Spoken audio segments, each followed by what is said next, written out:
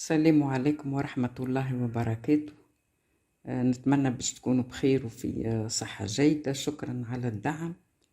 برغم اللي يعني عدد المشتركين قليل، لكني فرحانة برشا بهم لأنهم مشتركين حقيقيين، آمنوا بالمحتوى متاعي واشتركوا بإرادتهم.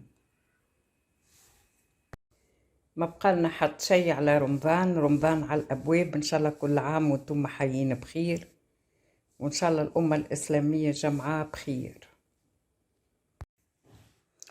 كيف ما تعرفوا واللي رمضان معناها موسم مسلسلات، وحبيت نحكي في الموضوع هذا بالذات لأنه قاعدين معناها موسميا نشوفوا في نفس الوجوه. معناها مشكلة المخرجين وأنهم ما يحاولوش معناها يجتهدوا، وما يحاولوش يكتشفوا معناتها مواهب جديدة. فما مواهب كلها طاقة، معناها كما مثلا باش نحكيو عليه اليوم. معناها محور الموضوع هو أمين الجمني، أو بالأحرى الجمني تقريب لقب متاعه.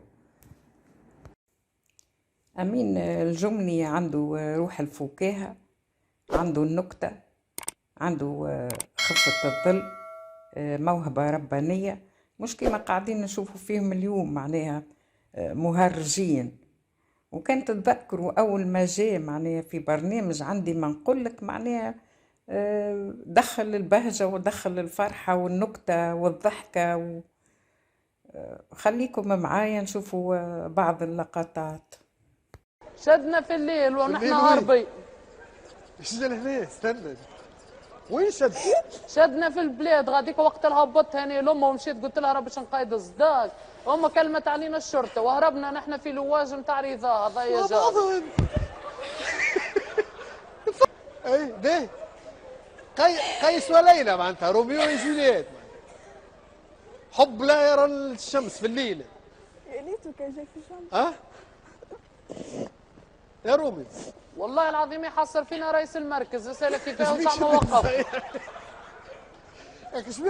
شبيهم عليك اعوان الامن انت البوليسيه؟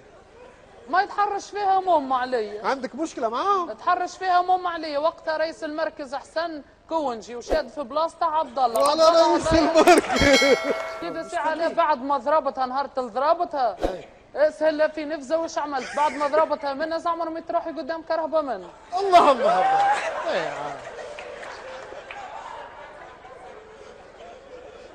كل كلمه برئيس المركز.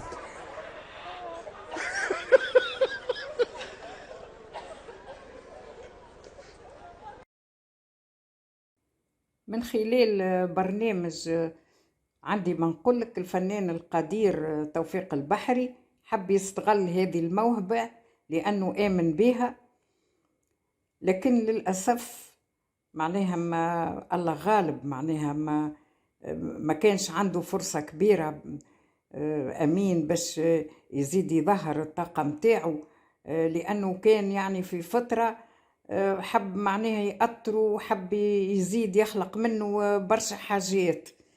وكيف ما قال هو معناها بعد ما توفى توفيق البحري الله يرحمه، قال قعدت يتيم فعلا، لأنه معناها لو كان عاش توفيق البحري كان ممكن يخلق منه حاجة. وما تنساوش اللي توفيق البحري زاد راهو الشهادة، معناها تصوروا معناها شهادة من فنان قدير وفنان كبير كما توفيق البحري عندها قيمة. للأسف معناتها احنا اللي قاعدين نشوفوا فيه اليوم الكل تهريج ومساطة، ما هيش فكاهة. نشوفوا مع بعضنا شهادة في حق أمين الجمني من الفنان القدير توفيق البحري. انيماسيون زاد، اي مشى معايا انيماسيون. عندي مسرحيه ندخلوا فيها اي حد الناس نزيدوا. دخلت معاك. اي جاء مره مشيت النفسه غاديك خدمت في النفسه، دخلتوا معي في قالوا معناتها انا قالوا حاجه، انا قالت خاطر حسك تحبه. انا فيه نحبه خاطر فيه كما فيش ما تعبش روحك، ما كسرش راسك. مش خاطر سخف. لا ما مشيت سخف، لا قاعد قلت لك انا من المال قلت لك مش فيه. خاطر كان باش يذيع وباش يهمل. لا ما عنديش فكره، ما عنديش فكره اللي باش يذيع ولا باش يعمل هذيك امور، اما هو عنده لطوف موجوده، لا استقلال.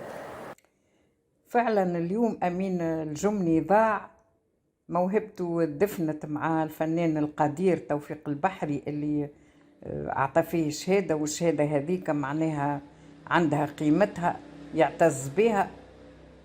للأسف معناها المخرجين ما حاولوش يستغلوه، لأنه الفكاهة معناها الضمار من عند ربي.